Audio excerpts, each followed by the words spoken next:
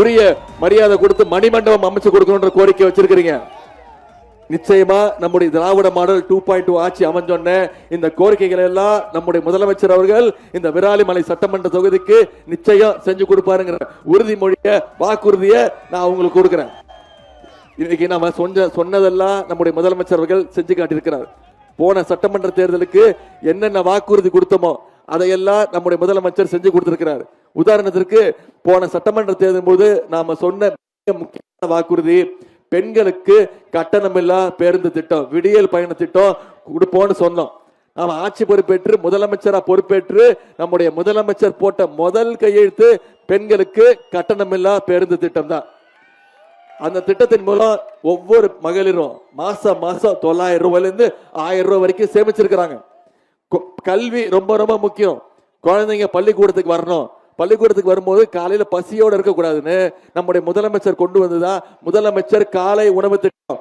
1ஆம் வகுப்புல இருந்து 5ஆம் வகுப்பு வரை படிக்கக்கூடிய அரசு பள்ளியில் படிக்கக்கூடிய அனைத்து குழந்தைங்களுக்கும் இன்னைக்கு காலையில பள்ளிக்கூடத்துக்கு போனா முதல்ல தரமான காலை உணவு, அதன் பிறகு தரமான கல்வியை கொடுத்திருக்கிறோம். அது பள்ளிக்கூடத்துக்கு வந்தாச்சு, அடுத்து கல்லூரிக்கு வரணும், மேற்படிப்பு படிக்கணும்னு கல்வி உதவி தொகை கொடுத்திருக்கிறோம். அரசு கல்லூரியில போய் சேர்ந்தாலும் தனியார் கல்லூரியாக இருந்தாலும் அவங்களுக்கு மாசம் மாசம் கல்வி ஊக்கத்தொகை 1000 ரூபாய். 13 லட்சம் மாணவர்களுக்கு கல்வி ஊக்கத்தொகை கொடுத்திருக்கிறோம். 10 லட்சம் மாணவ அறிவிச்சு ஒரே மாசத்துல 10 லட்சம் லேப்டாப்களை நம்முடைய முதலமைச்சர் அவர்கள் கொடுத்திருக்கிறாங்க. இன்னைக்கு அதிமுக ஒரு பொய் பிரச்சாரத்தை நடத்திட்டு இருக்கிறாங்க. இந்த லேப்டாப் திட்டம் அவங்க கொண்டு வந்த திட்டம், அதை நாம முடக்கிட்டோம்னு சொல்றாங்க, தேர்தலுக்காக கொடுக்கிறோம்னு சொல்றாங்க. உண்மைதான், அதிமுக தான் லேப்டாப் திட்டத்தை கொண்டு வந்தாங்க. அவங்க யாருக்கு லேப்டாப் கொடுத்தாங்க? பள்ளிக்கூடம் படிக்கிற குழந்தைங்க கொடுத்துட்டு இருந்தாங்க, ஸ்கூல் படிக்கிற குழந்தைங்களுக்கு லேப்டாப் கொடுத்தாங்க. 2019ஆம் ஆண்டு அந்த திட்டத்தை அதிமுக அரசு கைவிட்டுருச்சு. ஆனா நம்முடைய முதலமைச்சர் பார்த்தாரு, இந்த லேப்டாப் யாருக்கு அதிகமா பயனுள்ளதா இருக்கும்?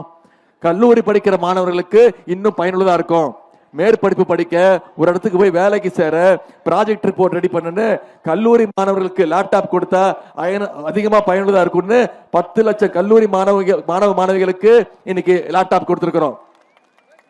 உங்க அத்தனை பேருக்கும் தெரியும் முக்கியமான திட்டம் கலைஞர் மகளிர் உரிமை தொகை திட்டம். போன சட்டமன்ற தேர்தல் போது நாம சொன்ன முக்கியமான வாக்குறுதி.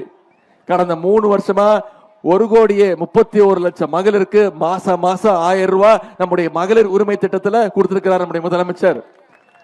இன்னைக்கு இந்த உரிமை திட்டத்தை எப்படியாவது தேர்தலை காரணம் காட்டி நிப்பாட்டின்னு அதிமுகவும் பாஜகவும் ஒரு சதி திட்டம் போட்டாங்க. நீதிமன்றத்துக்கு போய் எப்படியாவது நிப்பாட்டிடலாம், 3 மாசத்துக்கு நிப்பாட்டணும்னு முயற்சி பண்ணாங்க. நம்முடைய தலைவர் அந்த சூழ்ச்சி எல்லாம் முறியடிச்சு, உங்களுக்கு தெரியும், பிப்ரவரி மாசம், மார்ச் மாசம், ஏப்ரல் மாசம் 3 மாசத்துக்கு சேர்த்து 3000 ரூபாய், கோடை சிறப்பு 2000 5000 ரூபாய் 1,31,00,000 மகளிருக்கு நம்முடைய முதலமைச்சர் கொடுத்தாரு. 1,31,00,000 குடும்பங்களுக்கு 5000 ரூபாய் ஒரே பேமெண்ட் நம்முடைய முதலமைச்சர் கொடுத்தாரு. நம்முடைய முதலமைச்சர் காலையில 6:30 மணிக்கு எல்லாருடைய அக்கௌண்ட்லயும் போட்டுட்டாரு. ஆனா நம்முடைய மகளிர் என்ன பண்ணாங்க?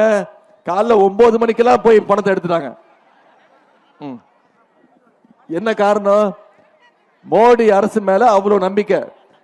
எங்க மோடி பேங்க்ல மினிமம் பேலன்ஸ் இல்லைன்னு சொல்லி முதலமைச்சர் கொடுத்த 5000 ரூபாயும் அவர் எடுத்துருவாருங்கிற பயத்துல மகளிர் அப்படி பண்ணாங்க. இன்னைக்கு நம்முடைய தலைவர் முதலமைச்சர் ஒரு வாக்குறுதி கொடுத்திருக்கிறார்.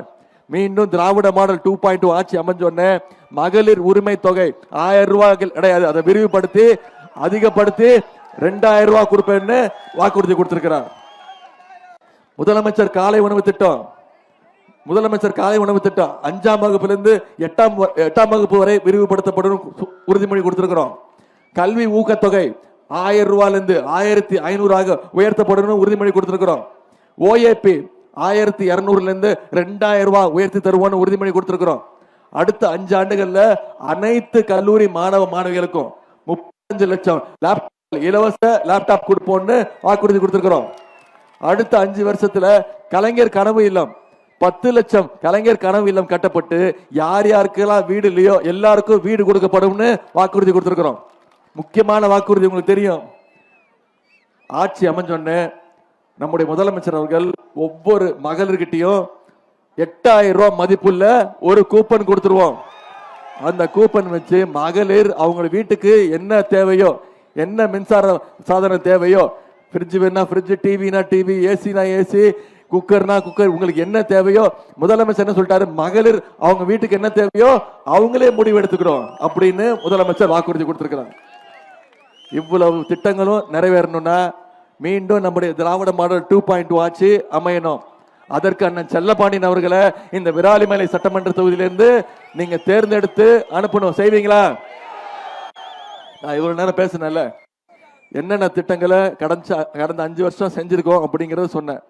ஆட்சிக்கு வந்தா நம்முடைய முதலமைச்சர் அவர்கள் என்னென்ன செய்வாருங்கிறதையும் சொன்னேன். இந்த தொகுதிக்கு என்னென்ன பண்ணிருக்கோங்கிறதையும் சொன்னேன். ஆட்சிக்கு வந்தா என்னென்ன பண்ணுவோங்கிறதையும் உங்ககிட்ட சொல்லியிருக்கிறேன்.